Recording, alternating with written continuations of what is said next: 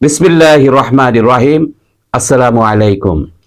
প্রিয় দর্শক শ্রোতা ভাই ও বোনেরা, আপনারা যে যেখান থেকে আমার এই ভিডিওটি দেখছেন, সবাইকে আমার আন্তরিক শ্রদ্ধা এবং ভালোবাসা রইল। অন্যান্য জাতি ধর্মের ভাই বোনদেরকে আমার আদাব নমস্কার জানাই। মিয়া ইউনূসের ২৯ মিলিয়ন কেলেঙ্কারি ফাঁস, বায়ু চড়া মাথা গরম, হোগা দিয়া বের হয় ঠাস ঠাস। প্রিয় দর্শক শ্রোতা ভাই ও বোনেরা, আজকের সবচাইতে তাজা খবর হচ্ছে মাননীয় প্রধানমন্ত্রী জননেত্রী শেখ হাসিনাকে যারা জোরপূর্বক মাস্টার প্ল্যান করে ক্ষমতা থেকে সরিয়েছিল, তাদের আসল রূপ, আসল চেহারা ফাঁস করে দিলেন। কে ফাঁস করলেন? যুক্তরাষ্ট্রের প্রেসিডেন্ট ডোনাল্ড ট্রাম্প স্বয়ং নিজে। ২৯ মিলিয়ন ডলার খরচ করেছে শেখ হাসিনাকে ক্ষমতা থেকে সরানোর জন্য, এবং এই টাকাগুলো খরচ করেছে পাকিস্তানি জঙ্গি, সন্ত্রাসী, খুনি, ক্ষুধার্ত, না খেয়ে বেশিরভাগ সময় জীবন কাটায়। 7 দিনে একবার পেটে ভাত যায় না, একটা মাত্র রুটি খেয়ে সারাদিন পার করে সেই পাকিস্তানকে সাথে নিয়ে মিয়া ইউনূস অলরেডি বাংলাদেশকে ধ্বংস করে দিয়েছে। তাদের পেছনে মিয়া ইউনূস ২৯ মিলিয়ন ডলার খরচ করে জো বাইডেন হাতে পায়ে ধরে তেল মালিশ করে ভিক্ষা করে এনে মাননীয় প্রধানমন্ত্রী, বিশ্বনেত্রী, জননেত্রী শেখ হাসিনাকে জোরপূর্বক ক্ষমতা ছাড়তে বাধ্য করেছে। কে করেছে? বিশ্ব বাটপার ভিলেন মিয়া ইউনূস এবং তার দলের কিছু মাস্তান ফাইটার গ্রুপ জনগণের উষ্টা লাথি খেয়ে এখনো জোরপূর্বক ক্ষমতা ধরে রেখেছেন, কিন্তু তাদের ক্ষমতা আর বেশি দিন নেই। পাবলিক এখন উষ্টা লাথি মারা শুরু করেছে। প্রিয় ভাই ও বোনেরা, বাংলাদেশের রাজনীতির এক অন্ধকার অধ্যায় উন্মোচিত হয়েছে। মার্কিন যুক্তরাষ্ট্রের সাবেক প্রেসিডেন্ট ডোনাল্ড ট্রাম্প এবার স্পষ্ট জানিয়ে দিলেন, জো বাইডেন প্রশাসন বাংলাদেশে রাজনৈতিক হস্তক্ষেপ চালিয়েছে।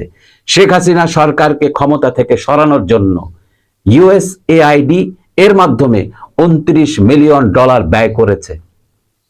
এর পেছনে মূল ষড়যন্ত্রকারী মিয়া ইউনূস এবং তার ঘনিষ্ঠ উপদেষ্টারা। ডোনাল্ড ট্রাম্পের বক্তব্যে স্পষ্ট হয়ে গেছে, জো বাইডেন প্রশাসন শেখ হাসিনাকে ক্ষমতা থেকে সরানোর জন্য পরিকল্পিত ষড়যন্ত্র করেছে। এই ষড়যন্ত্রের অন্যতম কারিগর ভুয়া নোবেল বিজয়ী পরিচয়ে ছদ্মবেশী মিয়া ইউনূস, কিন্তু নোবেল জয় তাকে নির্দোষ প্রমাণ করে না, বরং সাম্প্রতিক ঘটনাগুলো তাকে বাংলাদেশের সবচেয়ে বড় ষড়যন্ত্রকারী হিসেবে প্রকাশ করেছে। মিয়া ইউনূস এবং তার উপদেষ্টারা, মাস্তান ফাইটাররা কম বেশি পাবলিকের গণধোলাই উষ্টা লাথি খাচ্ছে। দীর্ঘদিন ধরে শেখ হাসিনার বিরুদ্ধে উচ্ছ্বাস রটিয়ে বিভিন্ন রকম প্রভাকাণ্ডা ছড়াচ্ছে। বিদেশি শক্তির সঙ্গে গোপন চুক্তি করে বাংলাদেশ সরকারকে অস্থিতিশীল করার চেষ্টা করেছেন। জো বাইডেন প্রশাসনের কাছে নানা মিথ্যা অভিযোগ তুলে ধরে শেখ হাসিনা সরকারকে দুর্বল করার জন্য আন্তর্জাতিক মহলে লবিং করেছেন। ২৯ মিলিয়ন ডলার ইউএসএআইডি ফান্ড কাজে লাগিয়ে রাজনৈতিক অস্থিরতা সৃষ্টি করার জন্য নির্দিষ্ট গোষ্ঠীকে সক্রিয় করেছেন। শেখ হাসিনার নেতৃত্বে বাংলাদেশের অভূতপূর্ব উন্নয়ন বাধাগ্রস্ত করতে বিভিন্ন আন্তর্জাতিক গণমাধ্যমকে ব্যবহার করে মিথ্যা প্রচারণা চালিয়েছেন। ডোনাল্ড ট্রাম্প স্পষ্টভাবে জানিয়ে দিয়েছেন, বাইডেন প্রশাসনের এই হস্তক্ষেপ শুধু রাজনৈতিক নয়, এটি বাংলাদেশের স্বাধীনতা, সার্বভৌমত্বের ওপর সরাসরি আঘাত। শেখ হাসিনার বিরুদ্ধে অপপ্রচার চালাতে একের পর এক ভিত্তিহীন অভিযোগ উত্থাপন করা হয়েছে।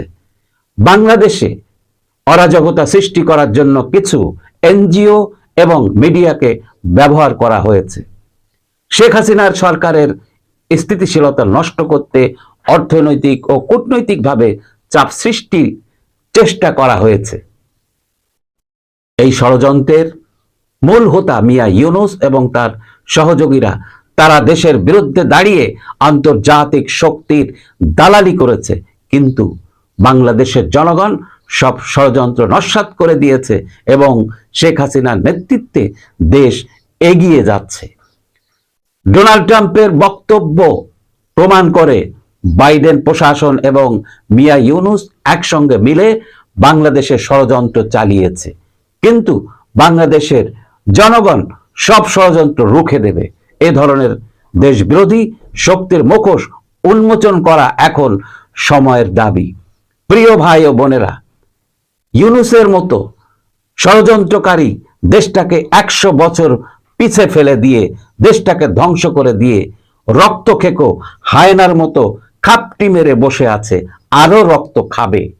মিয়া ইউনুসের অপকর্ম, কুকর্ম এবং বাংলাদেশ নিয়ে ষড়যন্ত্র, এ বিষয়ে আপনাদের মতামত কমেন্টসের মাধ্যমে জানান এবং চ্যানেলটিকে সাবস্ক্রাইব করুন।